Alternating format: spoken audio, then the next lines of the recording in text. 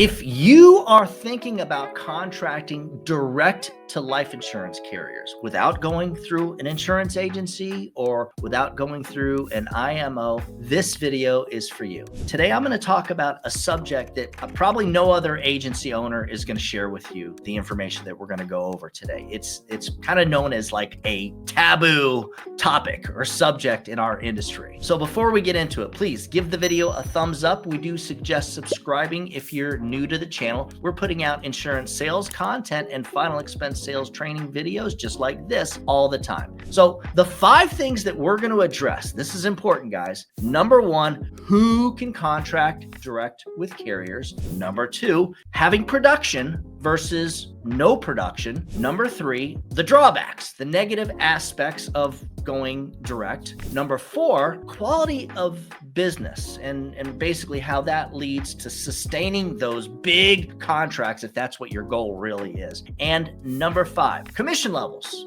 versus the fake information that you see online, that fake news. Stick around to the end of the video. I'm going to show you how to get the 8 carrier niche sheet and the guarantees of whole life. Guys, you're going to want both of these things if you're selling life insurance products, definitely. Number 1, who can contract direct with carriers? So here's the thing, guys. Some carriers will allow you to do it. That doesn't mean they're going to give you a big contract, right? So we're going to talk about that here soon. But at the end of the day, a majority of carriers don't like to do this because they want an upline. They actually would rather you contract through an IMO under them that will take responsibility for you. Let's say you make a few sales, they're bad, or you do something you're not supposed to do, something unethical for whatever reason. Somebody does it. I'm not saying you would do that, and the next thing you know, you get advanced all this money, and then all the clients fall off the books and they stop paying.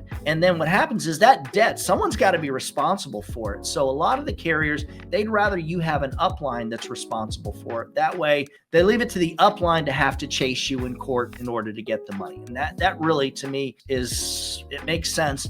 But that's why only some carriers will allow it once again, but in most cases, it's just not going to be realistic. Number 2, production. So having production versus no productions. And here's what happens. All the carriers have different thresholds. I am not allowed to give you that. There's no carrier that would want me to share that information with you. So I can't do that and mess up my relationship that I built over years and years with the insurance carriers.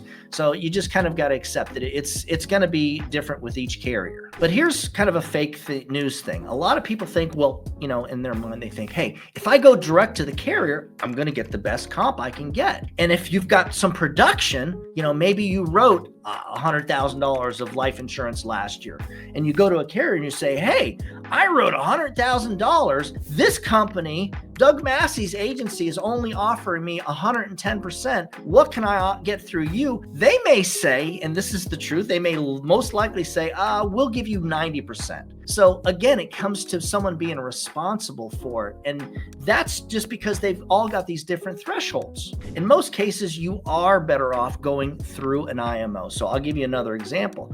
I'm direct to a couple of carriers, but I actually go through 2 huge IMOs. And the reason I go through these 2 different huge IMOs is because they've got so much production that they've got those big contracts. So I know with my production, we're only doing a certain amount of production, we do millions of dollars of production a year, but it's not the same amount that they do. So if I take my production and I go to some carriers, potentially they could say, well, here's the level we'll give you, so I can actually do a little bit better by going through these, potentially.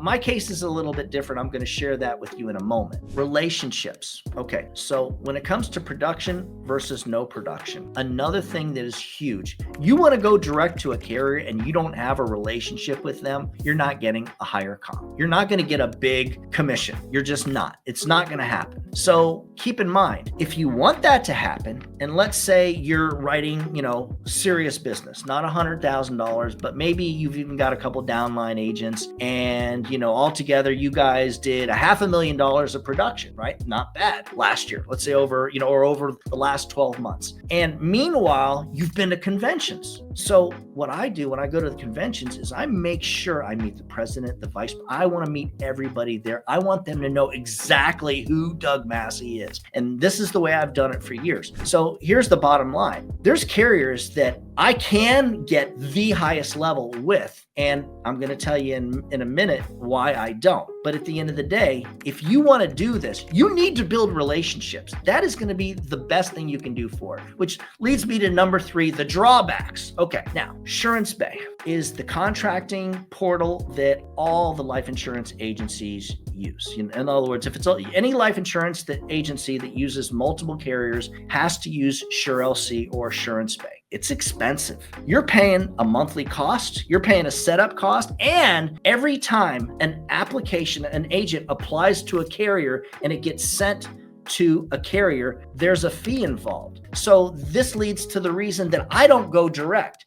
So the reason I go to the channels, we'll call them that, the big IMO channels that I go through, is because I'm using their SureLC, number 1. So I'm avoiding those costs because, am I getting a lower comp? Yes, but it's not so low that it doesn't make sense. Like, to me, if I'm going to lose 5 to 10 points, but I'm not paying for SureLC, that's the first thing. And the second thing is I'm using their contracting department. So I don't have to hire my own people to do the contracting. That's very important. So 1, I'm not paying for SureLC. 2, I'm not paying someone to do the contracting. So to me, with the production we have, it makes sense to free my time up, to free up those costs. And the give and take is, I'm giving up between 5 and 10 points, depending on the carrier and depending on the situation. So again, we don't use like every carrier. It's not like the number 1 agency, Americo, for example. We do have them. Some agents actually do use them, but at the end of the day,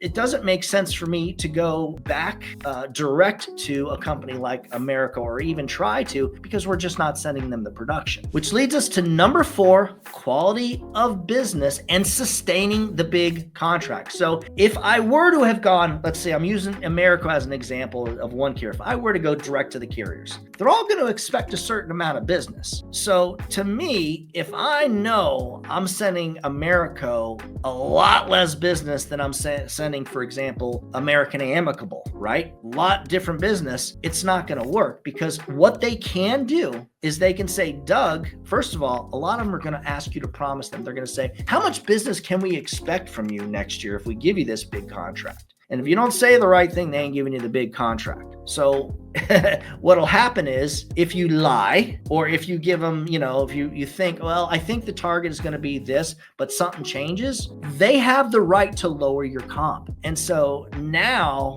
not only did you screw up your relationship with the carrier, but you're getting less commission anyways. And again, which is why I go through the channels that I go through. It's just smarter for me to do that. And when it comes to quality of business, persistence, placement, they're all going to look at that. They're going to judge you by that. So as to where an IMO, like I said, I'm using the different channels because they don't really judge me on that. They know it's going to vary for different products, but certain carriers they'll expect a certain amount of persistence and a placement. They all kind of do, but at the end of the day, I find if you go through a channel, an IMO, an agency, they're usually a little more forgiving if, maybe your placement or production or any aspect of it isn't as good as you had hoped it would be.